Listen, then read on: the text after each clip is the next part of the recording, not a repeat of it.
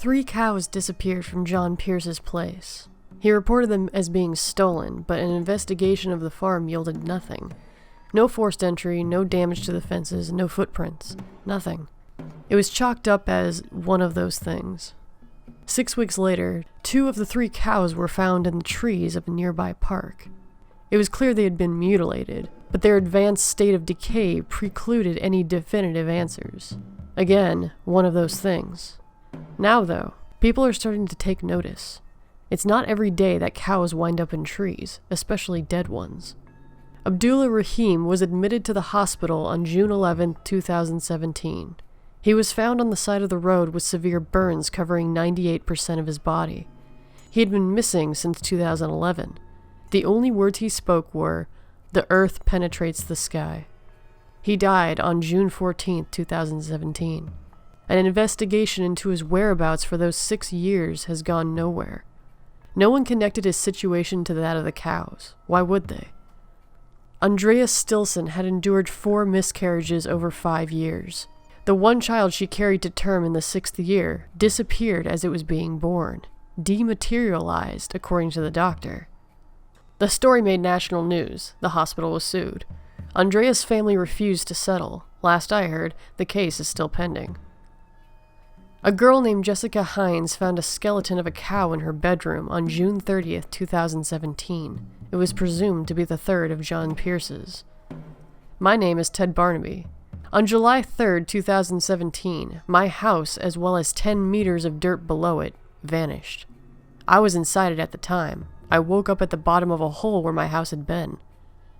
I was forced to move in with my ex-wife until I was able to settle with my homeowner's insurance company.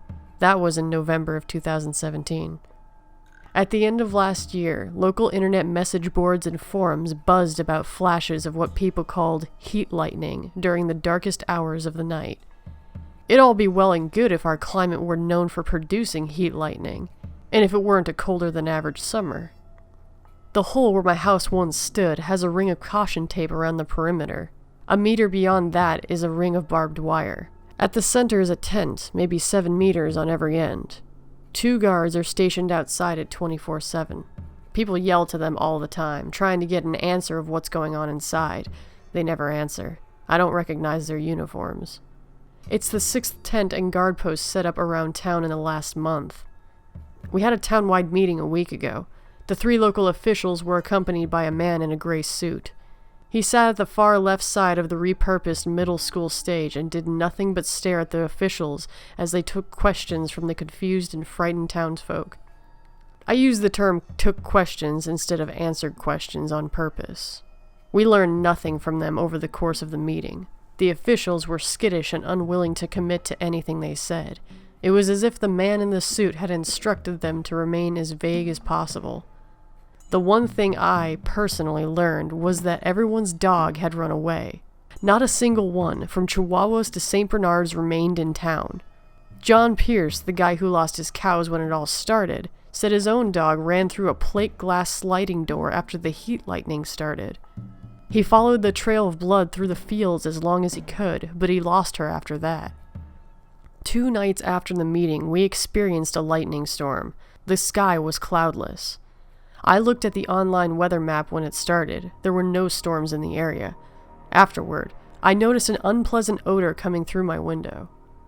The next morning, the front lawn of my apartment complex was covered in dead birds. Their feathers looked charred. 8 men in gray suits were picking up the carcasses and placing them in red bags emblazoned with the triangular symbols made with 3 interlocking yellow semicircles. Word got around that roadblocks had been set up on all roads leading to and from our town. No one's TV, internet, or cell service works. No one except mine. I have a satellite phone I bought a couple of years ago for a trip. The internet connection is slow, but it's better than nothing. According to the news media, there's a chemical spill in town. Access to and from is being restricted until the components can be neutralized. The photos and videos from the reporters outside the quarantine zone are few and far in between. It looks like they're not being allowed to get within a couple of kilometers of the town. Last night we experienced what felt like a series of earthquakes. Each jolt was accompanied by blinding flashes of light. I heard some of my neighbors running downstairs, probably thinking it'd be safe to be out in the open during an earthquake than confined inside an apartment built without seismic activity in mind. Before I lost consciousness, I heard shrill, horrified screaming outside. When I came to this morning, I heard something terrible had happened. A glance at my broken front window confirmed it. I still don't believe what I'm seeing. Great columns of earth are being hoisted into the sky. The one nearest my location must have been over 1 kilometer high and still rising. The ground below is littered with bodies of those who ran outside last night. They're burned beyond recognition. I didn't notice I was missing my pinky and ring finger until I grabbed the satellite phone to see if I could get a glimpse of what the scene looked like from the reporters set up outside town. Except none of the Australian broadcasters were covering it. The sites I'd visited the other day were offline. Over the course of my typing this, I've gone to the roof of my apartment and surveyed the town from 6 stories up. There are at least 20 columns of earth rising kilometers into the sky, one of them reaching higher than I can see. That one has since detached from the ground. Rays of heat distortion are rising from the gaping hole. From here, it looks like it's hundreds of meters wide.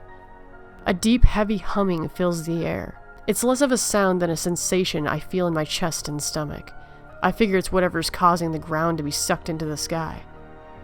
I don't expect to be able to update much longer, and I don't know if this message will reach anyone. If any part of it does, just know something terrible is happening in Deniehyfield, Australia. Something incomprehensible. Something alien. Search online and see what, if anything, is being reported. If you don't see anything, please demand an investigation. The ground is starting to shake again. I'm terrified we're being wiped off the map.